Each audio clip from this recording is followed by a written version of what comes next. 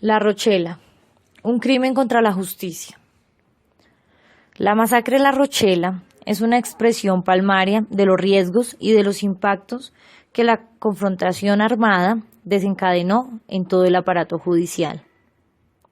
El 18 de enero de 1989 llegó una comisión judicial compuesta por 15 funcionarios al corregimiento de La Rochela en Simacota, Santander, los cuales investigaban una serie de homicidios y desapariciones, en especial la de 19 comerciantes un año atrás, en Simacota y Puerto Parra.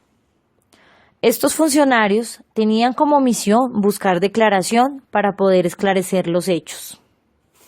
Para comprender lo ocurrido el 18 de enero de 1989 en La Rochela, es necesario tener en cuenta que el Magdalena Medio fue la cuna de del primer gran modelo paramilitar en Colombia. Existe dentro de ella dos subregiones, la sur, que va desde La Dorada, Puerto Salgar, hasta Barrancabermeja y Yondó, y la norte, que parte desde Barrancabermeja y Yondó hasta Gamarra. La primera, colonizada por pobladores de la región andina, y la segunda, provenientes de Bajo Magdalena, Bolívar, Sucre y Córdoba. Su centralidad geopolítica tuvo enorme influencia para que estos grupos se constituyeran allí. Región en la cual, según testimonios, tanto paramilitares como el Ejército Nacional andaban por el sector y se colaboraban entre ellos. El ejército prestaba y vendía armas a los paramilitares. Varias personas pertenecientes a esta comisión desde días atrás ya presentían su muerte, según declaraciones de sus familiares y de los mismos sobrevivientes. Yo lo vi llorando detrás de una puerta con la doctora Mariela. Estaban muy preocupados.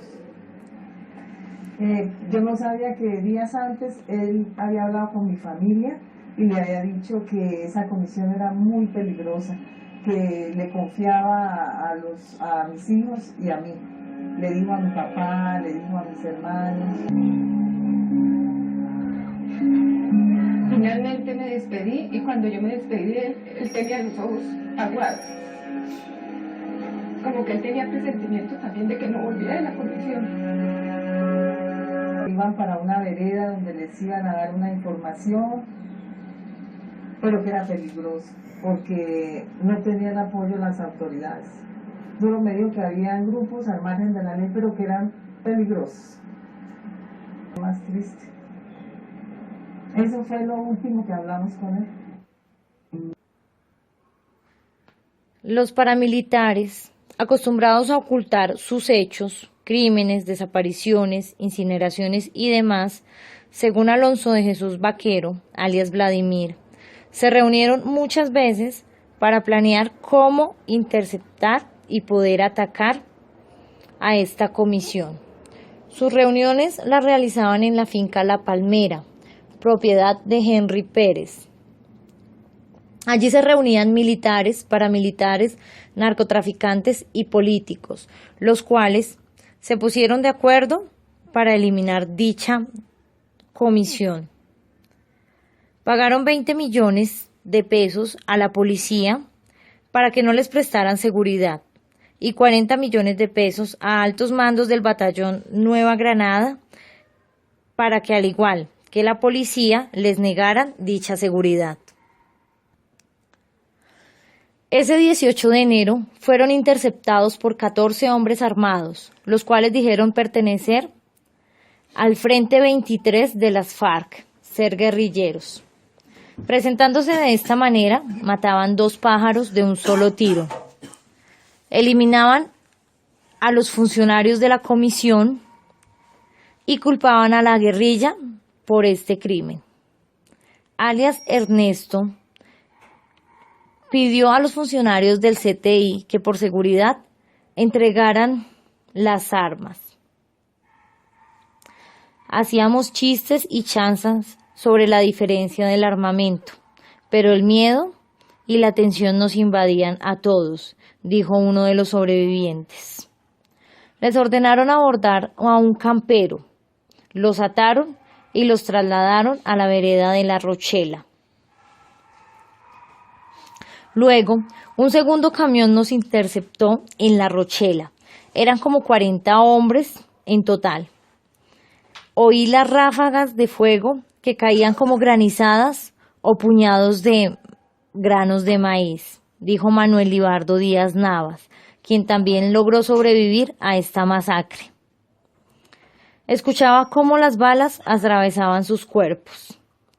Díaz Salgado y Manuel Libardo Mantilla se salvaron gracias a la llanta de repuesto del camión en el que iban y una orden no cumplida, de la cual era prender fuego a los carros.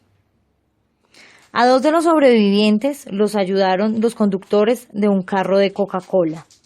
Al otro sobreviviente le prestó ayuda el diario Vanguardia Liberal. En total, fueron 12 funcionarios los que murieron y 3 sobrevivientes. Cabe destacar que la primera unidad realizó un buen trabajo y en menos de 6 meses hubo varios capturados. 4 líderes, entre ellos alias Vladimir, los cuales fueron sentenciados a 30 años de cárcel. 2 comandantes, los cuales fueron sentenciados a 13 años. 2 más por concierto para delinquir a 10 años. El teniente Andrade y el sargento Otoniel condenados a 5 años. Pero luego, este caso pasó a otra jurisdicción, al juez segundo de Pasto. De los primeros 4, absolvieron a 2.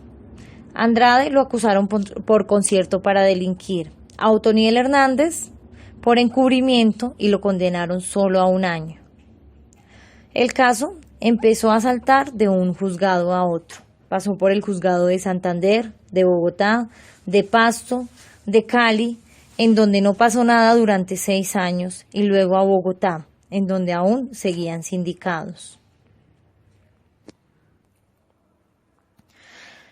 Hoy, 25 años después, continúa habiendo obstrucciones a través de diferentes mecanismos de impunidad, tales como obstrucción pública, ya que el ejército no presentó seguridad ni antes ni después. No dejaron con esto avanzar en las investigaciones. También ocultamiento de información por parte de los mismos. Amenazas a los sobrevivientes y a sus familiares. Amenazas a los jueces que llevaban los casos. Desplazamiento forzado también a los campesinos que rindieron indagatoria. Murieron testigos. El proceso se ha dilatado. Lo que se hizo entre el 96 y el 99, refieren, no apareció nunca. La justicia penal militar dejó absuelto a Andrade. El caso de la masacre de La Rochela es un crimen de sistema.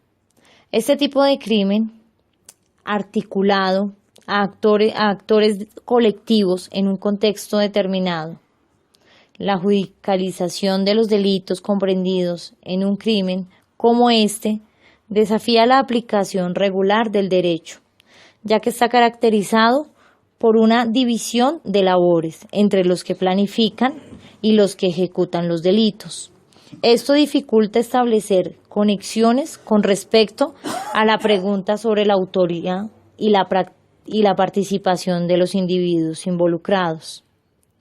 Esta labor se complicó aún más por el hecho que estos crímenes son perpetrados por organismos oficiales, con la participación de personas que eran o son políticamente poderosas.